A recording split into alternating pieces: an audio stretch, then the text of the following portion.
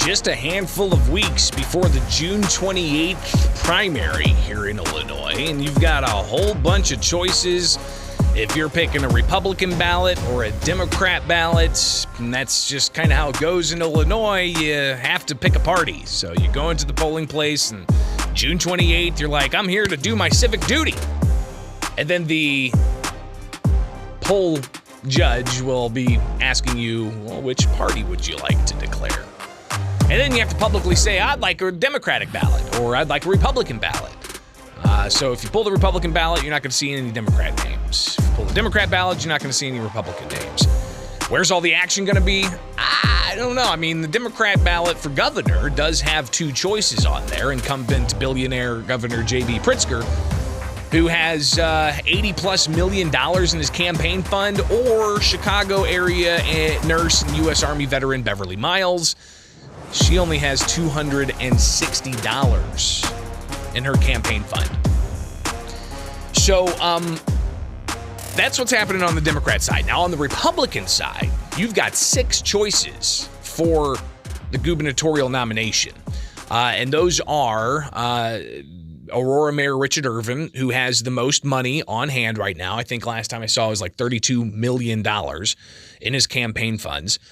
You have State Senator Darren Bailey, who's actually ranked 3rd in funding. I think he had about $3 million. Jesse Sullivan is 2nd in political funding, and he has about $8 million. Then you have Gary Rabine, businessman. You have Paul Schimpf, former state senator, and Max Solomon, who's a attorney from the Cook County area.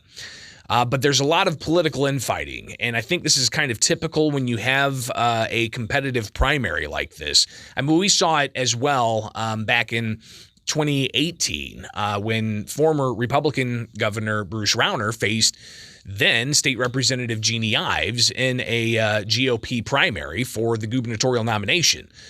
So that was kind of interesting to see, and we see it again this year. Maybe not necessarily as prominent of a candidate, but still a incumbent gubernatorial candidate being challenged in a primary. But on the Republican side, you've got 6 people to choose from, and there's a lot of back and forth, and there's a lot of rhetoric, and there's a lot of heated words being thrown around, as some affectionately call it mudslinging. So is any of this mud going to stick? Is it going to change the polling data? And is money really what's going to be the determining factor here as we get into what's considered going to be a very large spending election? We've already seen more than $100 million so far from both parties in on this. And this is just the primary. We haven't even gotten to the November general midterm election. So we'll see ultimately what happens here with all of that. But let's hear from some of the political infighting that's been happening with the Republican Party. You're going to hear separately State Senator Darren Bailey last week, Aurora Mayor Richard Irvin from earlier this week, and a campaign ad from Jesse Sullivan. All of that will be followed by a conversation briefly that we had with Core Strategies, Colin Corbett. They put together a poll of the GOP field and who's ultimately on top and what they see as playing out here when it comes to the outcome of this primary. Again, put it on your calendar. June 28th is when you can go to the polls. So here's some of the political infighting. I also hear my top competitor in this primary sent a press release out today from his basement because he's a coward. He's too afraid to face the public. Let me be clear. Those veterans who died in LaSalle deserved better. I want to compare my record to J.B. Pritzker's record. But let's talk about, some of the things that I believe is hypocrisy. My opponents, Bailey, talk about a number of things. Try to point me out and say that I have a record that doesn't exist. But let's talk about Bailey's record for a second. He raised taxes 81%, property taxes 81%. This is fact. That's hypocrisy. 81%. That's higher than Chicago. He also brings migrant workers onto his farm. He says that he's against mask mandates, but he brings migrant workers from out of this country onto his farm to do work, and he forces them to have a mask mandate. That's hypocrisy. Okay, let's talk about Jesse Sullivan for a second. He says that he served in uniform. Come on, we all know what that means. That means that he served in the United States Armed Forces. We know that's not true. I'm offended as a veteran of the United States Army. I'm offended that somebody would pretend that they served our country when so many of our fellow soldiers. Hold on, let me finish.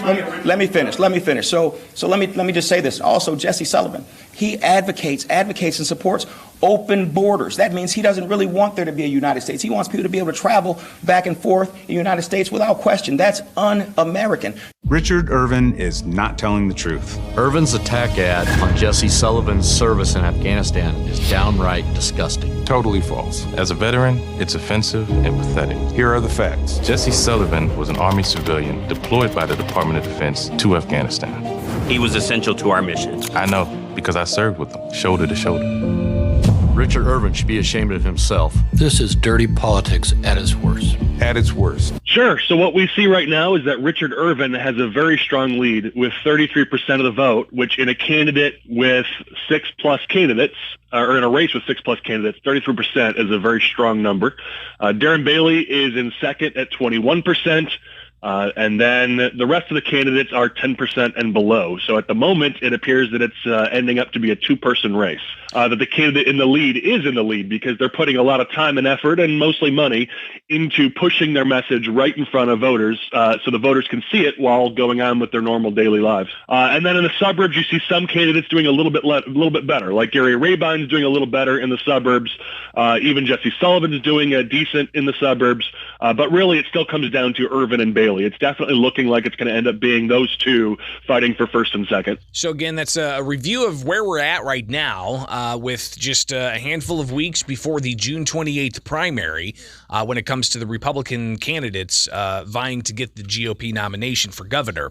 But I did get a statement from Paul Schimpf, who's, of course, one of the 6 candidates, and his office put out a statement saying that they expressed concern over, quote, the destructive nature of primary elections and stated there must be an end to the internal party bickering that divides the party and keeps voters at bay. He says that Illinois needs a governor who will listen, learn, and lead in a way that unites and recognizes the strengths of Illinois and its people, not its government. So again, that was a statement from Paul Schimpf, who I think was polling at about 2%, where Max Sullivan was polling at 3%. And Gary Rabine at like 7%, Jesse Sullivan at 10%.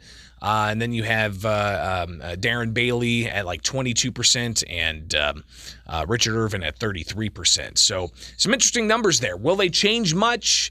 I guess it depends on how much political messaging's put out there. So I guess be watching your TV and listening for those radio ads and maybe just go ahead and do some research into all of the different candidates so you can make up your own mind as to who you're going to vote for if indeed you're going to pull a Republican ticket come June 28th.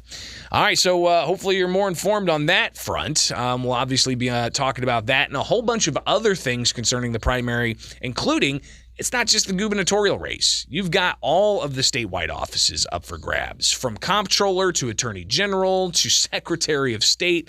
That's going to be an interesting one with Jesse White not getting another term. He's retiring.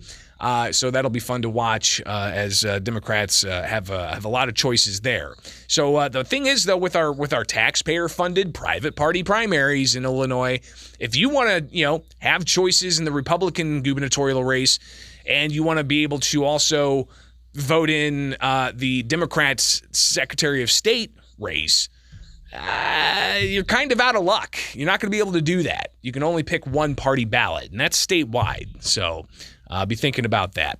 And also be thinking about, that's going to go down in the record as well as to which party you declared. If you voted for a Republican ballot, then it's going to have a little R next to your voter log. It's not going to say who you voted for. But for the primary, it will show that you chose one party over the other. All right, it's now 6:51 with Springfield's Morning News. I'm Greg Bishop. Thanks for hanging out. And you can always get a hold of me, bishoponair@gmail.com, or find me on Twitter, Facebook, Instagram, YouTube. Just search out Bishop on Air.